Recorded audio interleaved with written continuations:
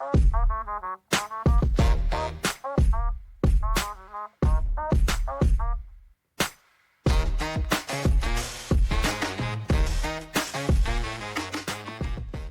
to Supercool, the show about climate solutions now scaling.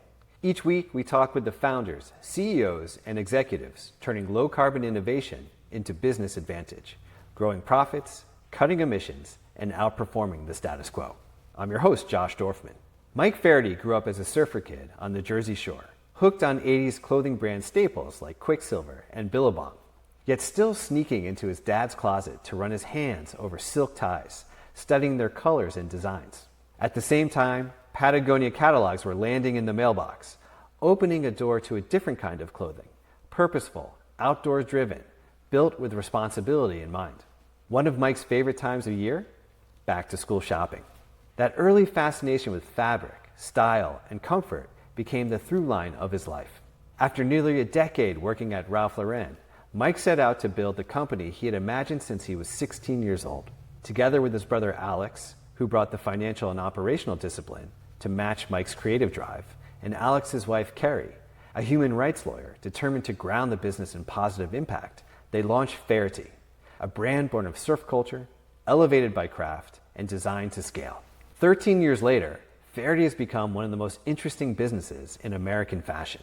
80 plus stores, hundreds of millions in revenue, eyes now on international expansion. And yet, the company still runs lean, close-knit, with barely 100 people at headquarters and a day one startup-type mentality driving everyday decisions. What makes Faherty so compelling isn't that it markets itself as sustainable.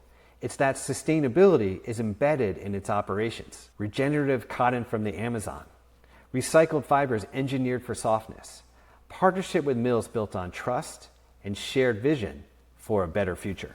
That responsibility, that commitment to doing the right thing, making the best possible product, is how Faherty pushes innovation forward. And when Faherty talks about responsible materials, they mean fabrics with a lighter footprint, organic cotton, recycled poly, regenerative fibers, fibers with full traceability. Materials chosen not just for how they feel, but for how they're made. You can find that data in the company's impact report, which I'll link to in the show notes. At the same time, Faherty is carving out a new category in American fashion. Not luxury, not streetwear, not athleisure, but a lane of premium coastal, relaxed, rooted in surfing culture, refined enough for the city. A lifestyle brand that collaborates with athletes like Jalen Brunson of the Knicks and stays truly grounded in authenticity. Mike talks about fabrics the way a chef talks about ingredients, and that passion has become the strategy. Build a business around comfort, style, spreading good vibes, and using the best materials in the world. Here's my conversation with Mike Faherty, co-founder and designer of Faherty brand.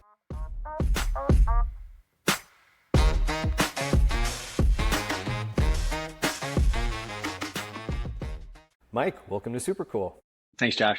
It's awesome to be here chilling with you. Yeah, amazing to have you here. As I was saying right before we jumped on, I have spent a few days going deep on Faherty and beyond what you can see on the beautiful website and the beautiful clothing, the branding. I gained a deeper appreciation for how rich the story is, the founding story, and all the values you guys are bringing to what you're doing in a very authentic, almost iconoclastic kind of way.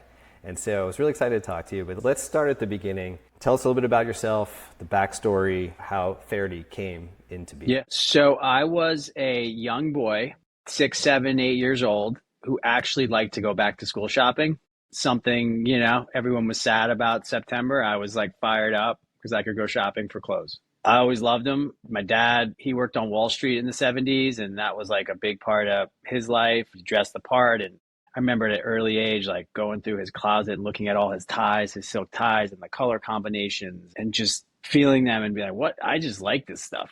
My mom's looking for me and I'm looking at ties in my dad's closet. It was always like an affinity. And we grew up at an interesting time in sort of American clothing, late 80s, early 90s. You had this huge thing of surf brands. We grew up near the beach in Jersey. Like the surf shop ruled a lot of people's clothing. Quiksilver, Billabong, these were huge companies at that point. And, we were surfers. And so, yeah, that was the kind of like vibe I liked. simultaneous to that, you had this thing called Patagonia that was happening, and those catalogs would come in the mail, and they just opened the store in New York City, and like this was amazing. And we got, you get your jacket every year as you're growing up. And I was obsessed with that company. And then at the same time, you had like American Prep. Ralph Lauren was at the heyday of its building. And so like you grow up near the beach, East Coast, that's all a part of your sort of clothing vernacular, I guess you could say. And so I was into all of it in some way, shape, or form, probably more into the surf thing, interested in the Patagonia thing because it was such a cool like vision. And then obviously every kid had the polo pony shirt. So that was sort of me in a nutshell as a kid growing up. And then you start getting older and I started to like want my own personality clothing wise. So it was like cherry picking a little bit of everything. And at the age of 13, we actually moved about an hour and a half north to New York City. So like all of a sudden these kids from the beach like moved to New York City. And then I'm like, whoa, going through Bloomingdale's. Remember my dad took me to Bergdorf Goodman once and I felt my first like Laura Piano cashmere sweater. And I was like, what is this thing? How do I get clothes that feel like this? And that was like one of those like seminal moments as a kid. Most kids, it's not like feeling a cashmere sweater with their dad. It's like a ball game. But for me, it was a seminal moment in my life of, wow, clothing can feel like this. Then I got a little older. I'm in New York City. I'm still this kid from the beach. I'm wearing some surf stuff, some Patagonia, some polos, some fashion clothes, whatever is out there. And age of 17, sit down, got to go to college. You got to write an essay, questions. What do you write about? What do you want to do when you're older? I don't know. I just started typing and I wrote about starting a clothing company with like literally had never thought about it before until like I sat down and be like, what do you want to do when you're older? And I started just writing about this company. It was called Coast to Curb.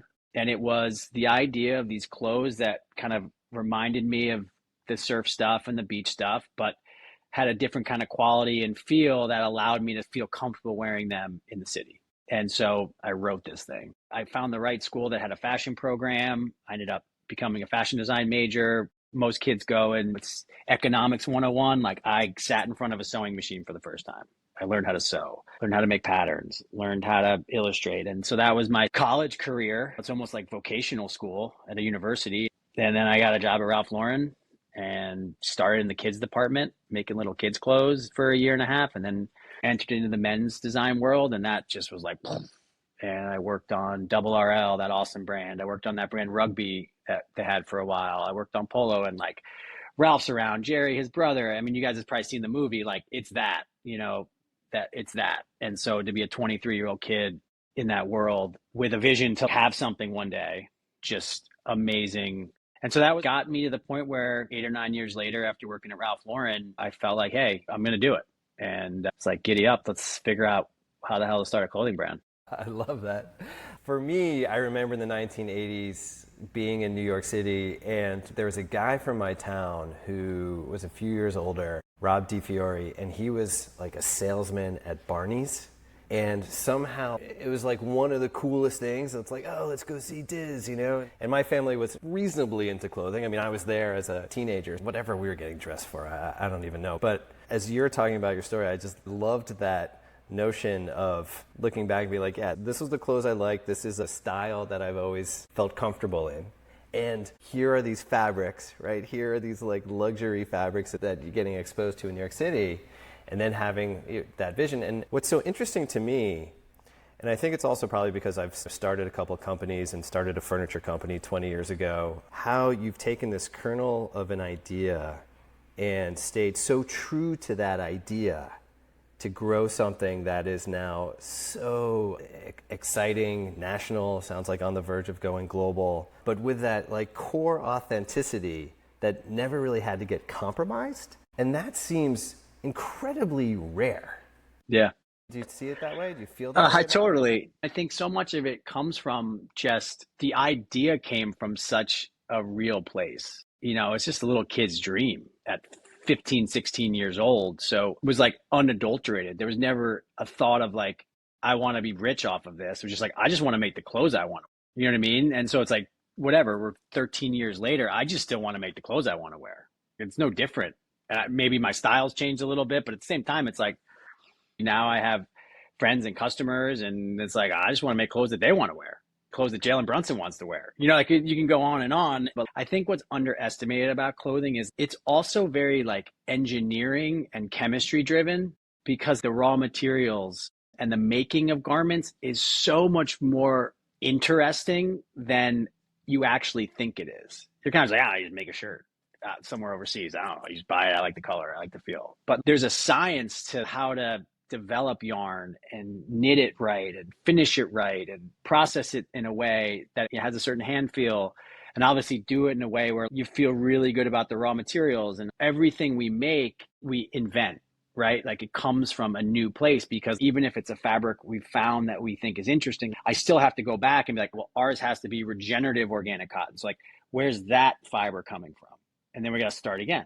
So I think so much of it's like the mix of the authenticity of where it came from, and then also just the craft. I'm just obsessed with the craft of discovery and finding new fabrics and inventing new yarn techniques. And so it's like the mix of that is what drives me. So I think it's unwavering in sort of where we're going, because that's what's driving it.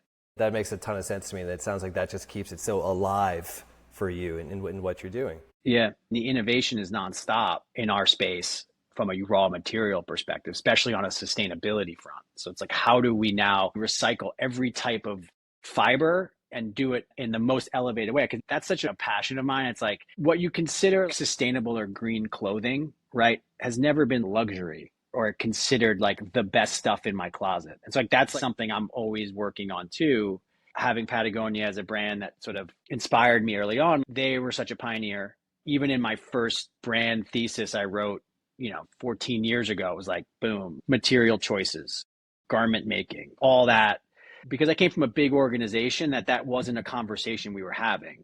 And that was a conversation I wanted to have and learn about it.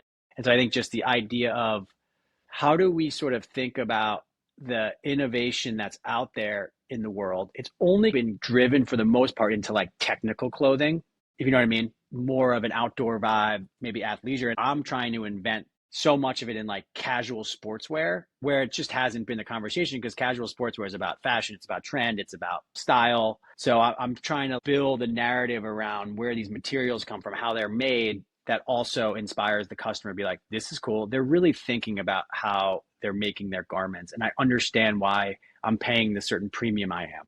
That fully resonates. And I think also, as you're talking about and what you guys are doing at Faherty, it's not like you're doing a capsule, right? It's not like you're saying, oh, we're going to use this fabric for a limited run and we'll generate some buzz and then it's going to go away, right? It's really getting operationalized, which if I scan across the landscape of fashion brands that have the scale of a Faherty, I think of you and Reformation, maybe a few others that are just really committed, that actually are putting out like an impact report, that are really transparent. Like, it's a very small, obviously Patagonia. I appreciate all that. And we're going to talk more about material. I think that all these things are so wrapped together. And to me, when I hear folks from Patagonia talk, and we'll have them on the show soon, and just knowing them for a while, the core ethos is like responsibility. Let's just do the right thing. And the right thing then is going to mean all of these things in environment, and for Yvon Chouinard obviously is like the core of what that means. They have social impact and lots of other things they do. It's fascinating. And when I think about Faherty, immediately I go to that same place where I'm like, oh, I wonder how much inspiration or emulation comes from the way just Patagonia thinks about we're going to be responsible, rather than necessarily saying I'm going to consciously, or like you and your co-founders, we're going to constantly trying to build like the most sustainable brand on the planet. It doesn't sound like that was the conversation that was happening internally. It was like, let's just do the right thing, and here's what the right thing means to us. Is that a fair assessment? Yeah, absolutely. I always like to spin it to like the chef's narrative, which is like, great chefs use the best materials. And for the most part, they want their produce and their food to come from the closest or like the purest place, the best version of itself from a raw material perspective. And that's like so much about being a clothing maker. Ideally, I just want to make the best stuff. Pound for pound, the best stuff. Whether it's really expensive to some people or a really good value to some people, like you just touch and you're like, I just got to tell you, it's great stuff. So I think it all starts with that. But at the same time, like it also has to be made with the right stuff. And when I say the right stuff, like doing the right thing, it's got to be organic. because I believe in the importance of not using pesticides on crops. Boom, done. Like, it's organic. And then we took it to another level. It's like, oh, now it's regenerative, because that's a whole nother movement. And I found a amazing indigenous farm in the Amazon that can grow it all in their backyard, and it's heavenly with the frijoles and the cacao, and they can support our volume. So we like changed the whole t-shirt to be made regeneratively. So it's almost like it's like an addict's approach to it, where it's like, it's organic. Oh my God. And then I can get it regenerative in this small farm, and it's so amazingly pure, and it's funding a whole generation of families who can continue to grow it. And then it keeps going, because then all of a sudden it's like, whoa, we can do that in our quick stretch terry pan, our number one selling pan. Like, we can do it too in that. Oh my God, let's do it in that. And then you just keep going down, whether it's a cellulose fiber, those really soft, subtle ones, that fiber called Tencel. Now there's a whole supply chain of it where it's all recycled. And there's a whole amazing chain of how they're doing a 360 version of that. And it's like, oh, I want more of that. And you sort of find the partners on the raw material side who are like, I want to do it. And Faherty wants to do it. So let's do it. And then, we take it on the chin from a margin perspective in the beginning, because we believe in it. And then over time, it gets maybe easier to access, but it's always from the source of the excitement around the raw material being like just the right thing. Like, let's just use the best material we can, and it's doing something good. Like, again, it's not good because we're wasting. No matter what, the garment industry is not the cleanest industry, and I get it. But if we can do it the best way we can, then at least we're like leaving an impact on our peers, really, right? Like, maybe if Faherty's doing it, we can do it. Let's stay on that for a second, but let's look at it from the supply chain like you're talking about it. I had a conversation recently with Liz Monet, who runs sustainability for Interface, the flooring company. And what came up when we were talking about the supply chain, I didn't know this, but you go back a decade, Interface was working with Aquafil to create EcoNeil, the regenerative nylon that's been in Prada collections. I mean, you name it, Burberry, I think Gucci. But it was Interface for flooring, for carpet tiles. It was like, we need this, and we need a supplier to come along with us. And the conversation to the supplier was like, this is going to be good for you because you're going to go build other markets if you're willing to do what we need you to do. And it did. It catalyzed all this other value. When I hear you talking about, you guys take it on the chin a little bit, okay, well, but you go first, right? When you're having that conversation, I guess there's different parts of your supply chain too. You're talking about sourcing raw material and then where is it going to get made. Does that come up like when you think about how you're trying to bring that supply chain along with you? How easy is it, I guess, to go find those partners out in the world who meet your standards, who are already doing what you want, versus an ongoing relationship and process to get them to where you need them to be so you can meet your standards?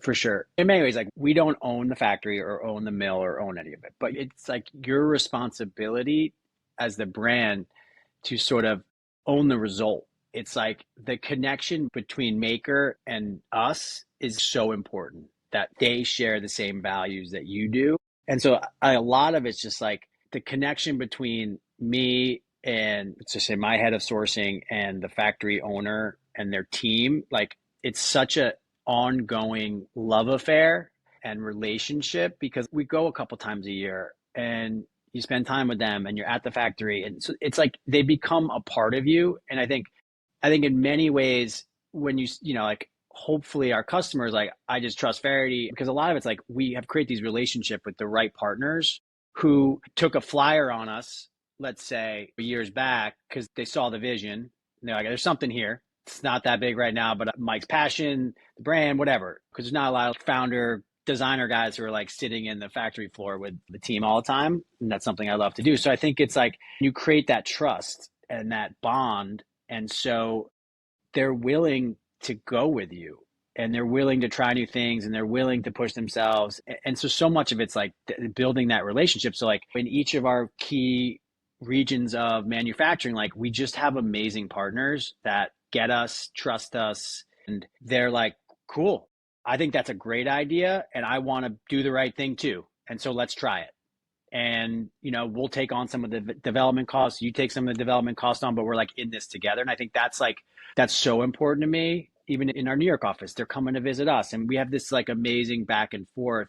Again, that's a part of what our customers should expect from us, is that we're in partnership with amazing people and amazing places that are doing the right thing too. Yeah, I have a lot of respect for that. What it triggers for me, Mike, and I heard you and Alex and Kerry, the co-founders, on a podcast. It was probably from last year. You guys are growing so well through your retail, e-commerce, and looking international, but it's not with any vanity metrics in mind.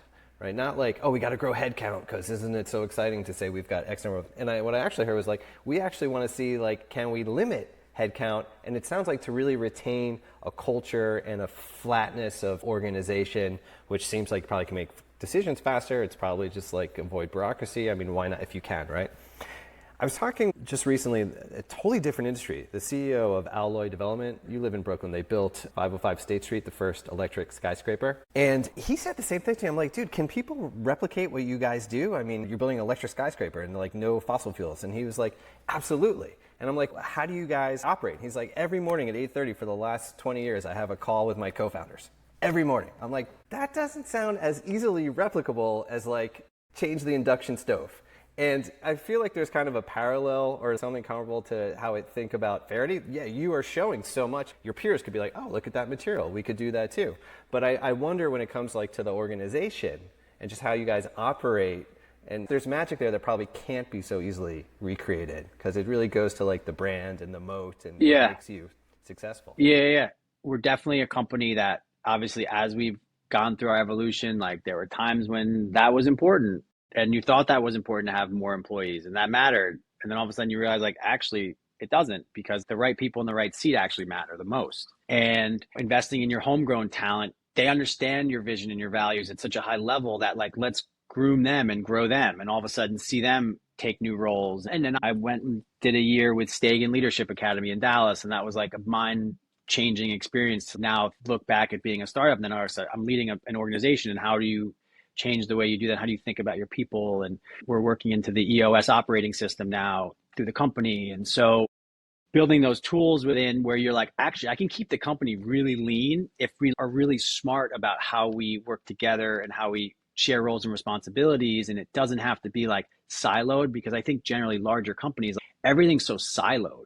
Everyone does their thing. And it's like, pass the baton. And the accountability across the company is just not pure. Because if you are the designer of the product, like you should have a responsibility on how it shows up to the consumer because you built it versus a lot of organizations like the designer does it, then the marketing team, and it's like to the world. But how do we all keep the team small enough where something comes up? Let's get around the table and let's just solve it. We only have about 100 people at our office. It's a great number and it allows for amazing collaboration because we've got the right people in the right seats. We've got the right fabric team, the right tech team, the right store ops team, whatever it may be. And they're used to working in a day one mentality. And that's like the second core value we have is like day one mentality because we're always going to be a startup. And that's how we want it to be operating. And Alex and I want to take the burden of the leadership on our shoulders because, we're still pretty young and like our name's on it. What are we going to do? Like fuck it up. So it's like not good anymore. No, we're going to keep trying to make it the best thing it can be. You guys are doing hundreds of $millions in revenue. It sounds like pushing maybe beyond 80 some odd retail stores across the US.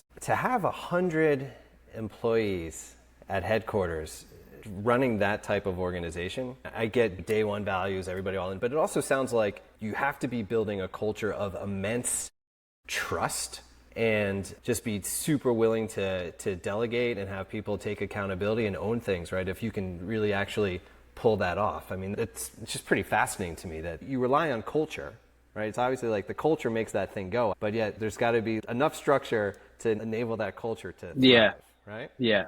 And honestly, it's like the right people can do it. Cross-functionally, they can figure out ways to change how to work. And it's so much about like the people here trusting each other. They got each other's back. There's not any sort of like drama. We're just all in it because we love making clothes and we love the idea of sharing this brand with other people. We love making beautiful images or telling a beautiful travel story of going to Portugal or whatever it may be. It's a shared group of people with a shared vision and a shared value system that all makes it tick and be able to keep a lean organization. And it just makes it more fun because like everyone's in it together. There's that camaraderie. I'm sure when it's quiet and people are kind of working alone in silos, it's just not that fun. But when everyone's like around a table laughing, joking, poking at each other, hyping each other up, it's like electric.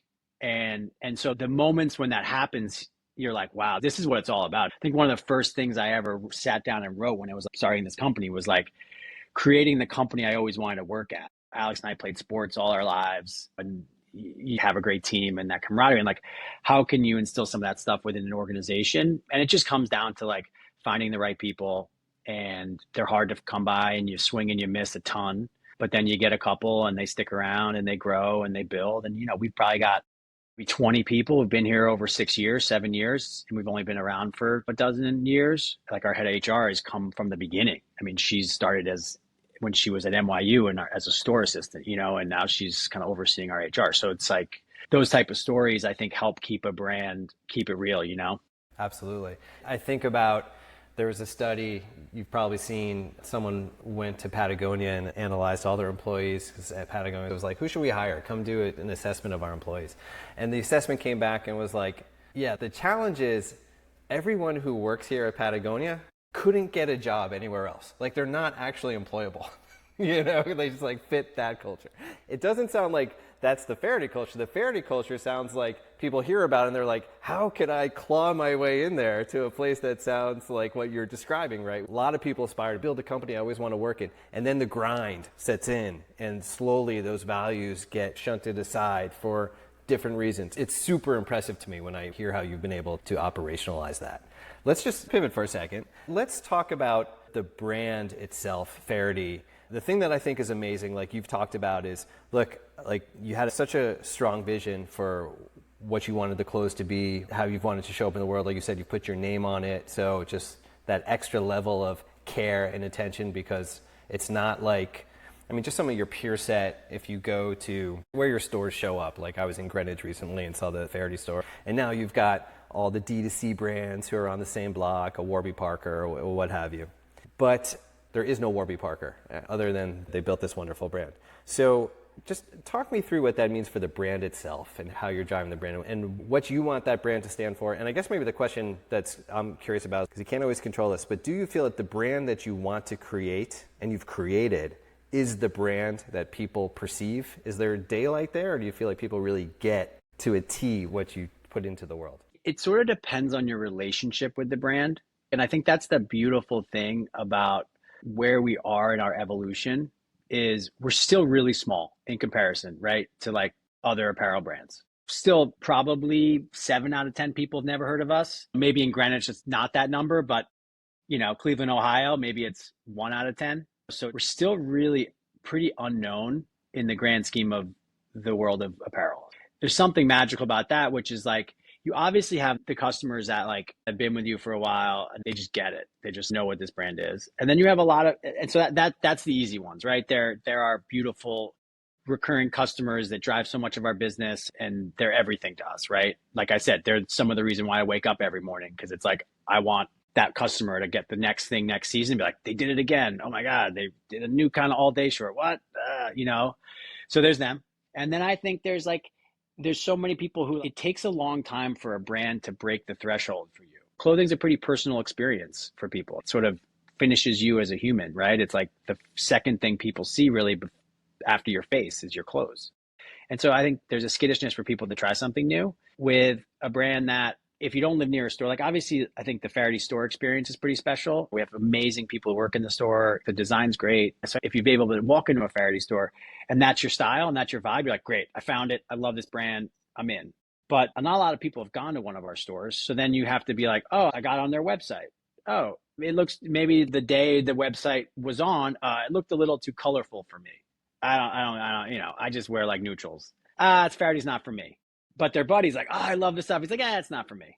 Or the wife's like, not for me. I didn't love that one dress I saw. But like, if you went down and saw it, you'd be like, I love that. It's such an interesting, it's not just like I make an iPhone and it's like, it works for everyone. It doesn't work for everyone. And I totally get it. Like, it's just not for some people. It's just not their style. So it's like an interesting dance with, it has shown up to the right people perfectly. It has shown up wrong to the right people, who, if they had just got it a different way, they would love it. The grind is like to keep making it better so those people find it, and they like it more. And so it's like that constant, like, how does the art direction get even tighter and better, so that that customer who thought it like wasn't for them, or it was too casual, like they can actually see the finer side of Faherty, because we've kind of got the different elements of it, but unless you're hit the right way, it may not be for you. It's never ending in terms of how you can display the brand to the customer. And obviously, as you think about it's going international, there's a world there that has to tweak, and every country's a little different. The French are different than the Spanish. That'll be another interesting sort of study in terms of people and how they react to the brand. And that's the craft of brand building that never stops. And it keeps you up all night and it keeps you excited all the time. So you have this incredibly fast-growing company, growing so thoughtfully. You have big goals. You have big goals around climate, big goals around materials. I don't know where you are on it, but you're one of the few companies that publishes an impact report in the fashion industry. 2025 goal, 80% responsible materials by 2030, 100% responsible materials. What I love about that is I've always felt like if a company is going to move to materials, that just transcends the whole organization in terms of we have to be operationally committed, right? As opposed to like, which is laudable, we put solar panels on our building. Awesome. You told the facility guys to go do that. No one had to do anything different inside the building, right? But when you change the product or you change the core ingredient of the product, like you've talked about, it touches design, it touches sourcing, it touches product, touches marketing, it touches everything. And so that seems really transformational to me. So you've got this big mission publicly out there about climate. You also do collaborations with the St. John's basketball team. And you mentioned Jalen Brunson and sports, and like that totally appeals to me. And I was an athlete too growing up. But it's the alchemy that I would just be like, yes, this is sick, because like, I don't know, that crossover into mainstream in that way with these sustainability values embedded in the brand just feels like incredibly unique to me. I just don't see a lot of that. How do you all think about it? It's just natural, like Jalen's dad played for the Knicks. They had a beach house at the Jersey Shore growing up. Met him. His first thing he bought when he made his money in the NBA was a beach house at the Jersey Shore. So like you sort of share that common ground, mutual friends connect us. But like he spends his August down in Jersey at the beach, and so do we. St. John's, like buddy of mine played for Patino at Louisville, a huge diehard St. John's guy. He's like, these guys would love it. You were here in New York. The Johnnies went nuts. It was awesome. Obviously, we have like our strategy, that sits up here, and it's sort of like, numbers driven, kind of like how to grow the business, et cetera. And our growth isn't that crazy. So it's more about just like getting the structure right. And then there's just a lot of open room for things that just feel natural that aren't thought out. It's probably like one of the things about the brand that maybe some people don't like, which is like, oh, it could be all over the place to someone. Like, to you, you're like, I like the clothes. I fucking like sports, and I like the beach, and I'm into it. It doesn't make any sense sometimes, but like the clothes are still good and I'm into it. Whereas some people who may come from more of a fashion angle are like, I don't get it. It's not for me. We're just going to do the things that feel right. And hopefully the people that share our values and share the things we like hop on board. We got a big Knicks collaboration coming up again, and we're into the Lakers. And so like, whatever. And all that stuff's just going to be great. Yeah, but this is what I'm saying, and I think it goes back to just the beginning of this conversation, is to have a kernel of an idea, actualize it, bring it into the world, and then to bring all these people along with you to build a brand. Okay, you can say there's other companies much bigger than you guys, but to get to 80 stores in 13 years is pretty remarkable growth, right? I mean, there's no other way to really look at it, to be omni-channel, to do everything you guys are doing. And to have it be like, we like this, so we're going to do this. We're going to be the best. It's going to feel the best. This is at least our aspiration. Premium materials, the certain style. And to find so much cultural resonance. I mean, I don't know that you ever step back. I'm sure there's moments, maybe New Year's Eve, the annual party, whatever. I don't know, you're surfing. But there's got to be those moments when you're just like, we're putting a dent in the universe because me and my brother and a few people close to us felt like this was the thing we wanted to go do exactly the way we wanted to do it. And the world said yes. Do you know what I mean? It's like the ultimate fruition. Like my vision is accepted and loved, maybe not by everyone. And I think probably, fortunately, Josh, like, obviously thank you for saying that, but also maybe like lucky at like the industry we're in, it does touch a lot of things. It is very personal and very tangible, and also cross functions into like, if we were a flooring company, could you do that?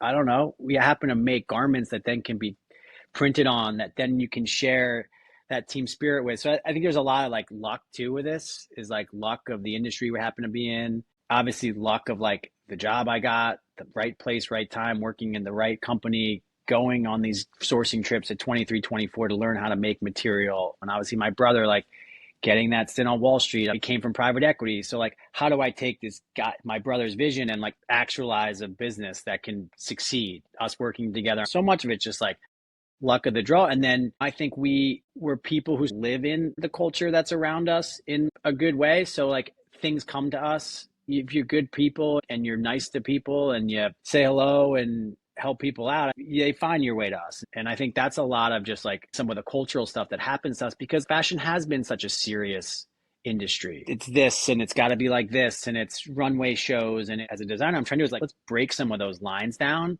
Because like you've seen streetwear be able to really do it in a way, and fashion's kind of been their own thing. And then we've created or helped create some new category of like premium casual, which is just like, I don't have to wear a suit to work anymore. I don't want to wear gym clothes. I just want to wear casual, comfortable stuff. And I think with also the world of fashion being okay with that, accepting that, it's helped us to become relevant in a world of either streetwear or activewear. You know, so it's either like luxury fashion, streetwear, activewear. Now there's like a new nugget of a world of just premium casual that you see in hotels, you see in restaurants. I'm sure you're like me. You just want to go to a great restaurant that has a great vibe and isn't fancy. Or you want to stay at a cool boutique hotel that's not the Ritz-Carlton. It just like feels right. I think we're trying to create a little bit of a movement in clothing that sort of follows that. I don't want to say trend, just life choice. Yeah. Yeah, it doesn't feel like a trend. It just feels more where the culture is at. In terms of sustainability, in terms of the clothing, we've talked a lot about material, how you think about supply chain. I have the impact report in front of me. You can download it off the e-commerce website, so it's all there. How resonant is that, or how important is that, do you think, for your customers?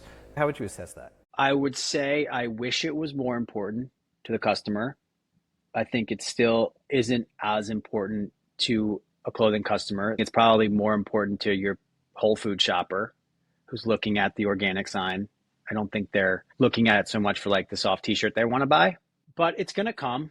It's going to continue to be more important. Obviously, for our core customer who knows us, it makes them like us more because they're probably buying the same organic strawberries and not regular strawberries that I am when I go shopping, using a safer household cleaning spray. You know, it's all sort of connected in some way, shape, or form.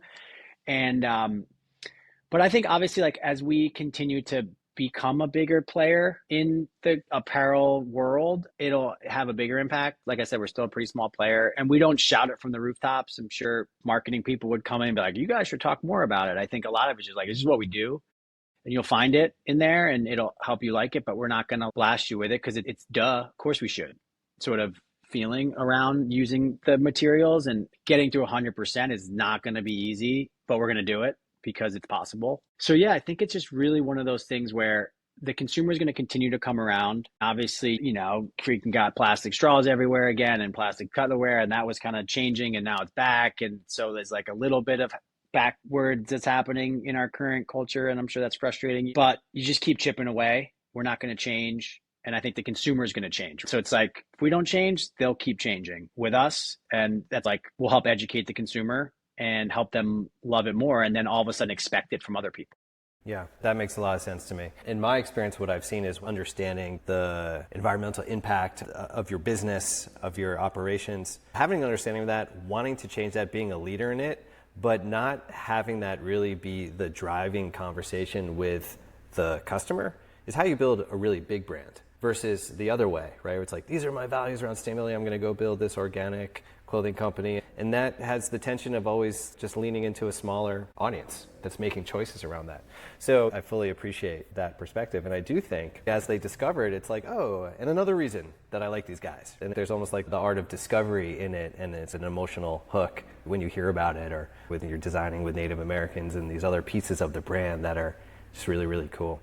We're right up against time. I want to thank you for sharing so graciously and really appreciate you coming on. So excited to follow your journey. This has been great. Yeah, it was a blast to relive the old days. And thank you for, obviously loving the brand. It's one of those things where I keep saying, we're a dozen years in, but I still feel like we're on the 1 yard line. And I think that's exciting. It's like we're into our next chapter. We're getting into our teenage years. It's never ending, but it's just so fortunate to be able to wake up every day and control your own destiny. Yeah, and I think too, just how you and your brother and your family think about the business in terms of, a decade, not just next quarter or next year. I think that has a big impact too. Just really, really excited to see where you go next. So thank you, Mike. Thanks, Josh. Really appreciate it. Thanks so much for listening to my conversation with Mike. If you enjoyed it and appreciate the perspective Supercool brings to the business and climate conversation, please take a moment to subscribe and leave us a review. It's the best way you can help Supercool reach new audiences who would benefit from these conversations too. See you next time.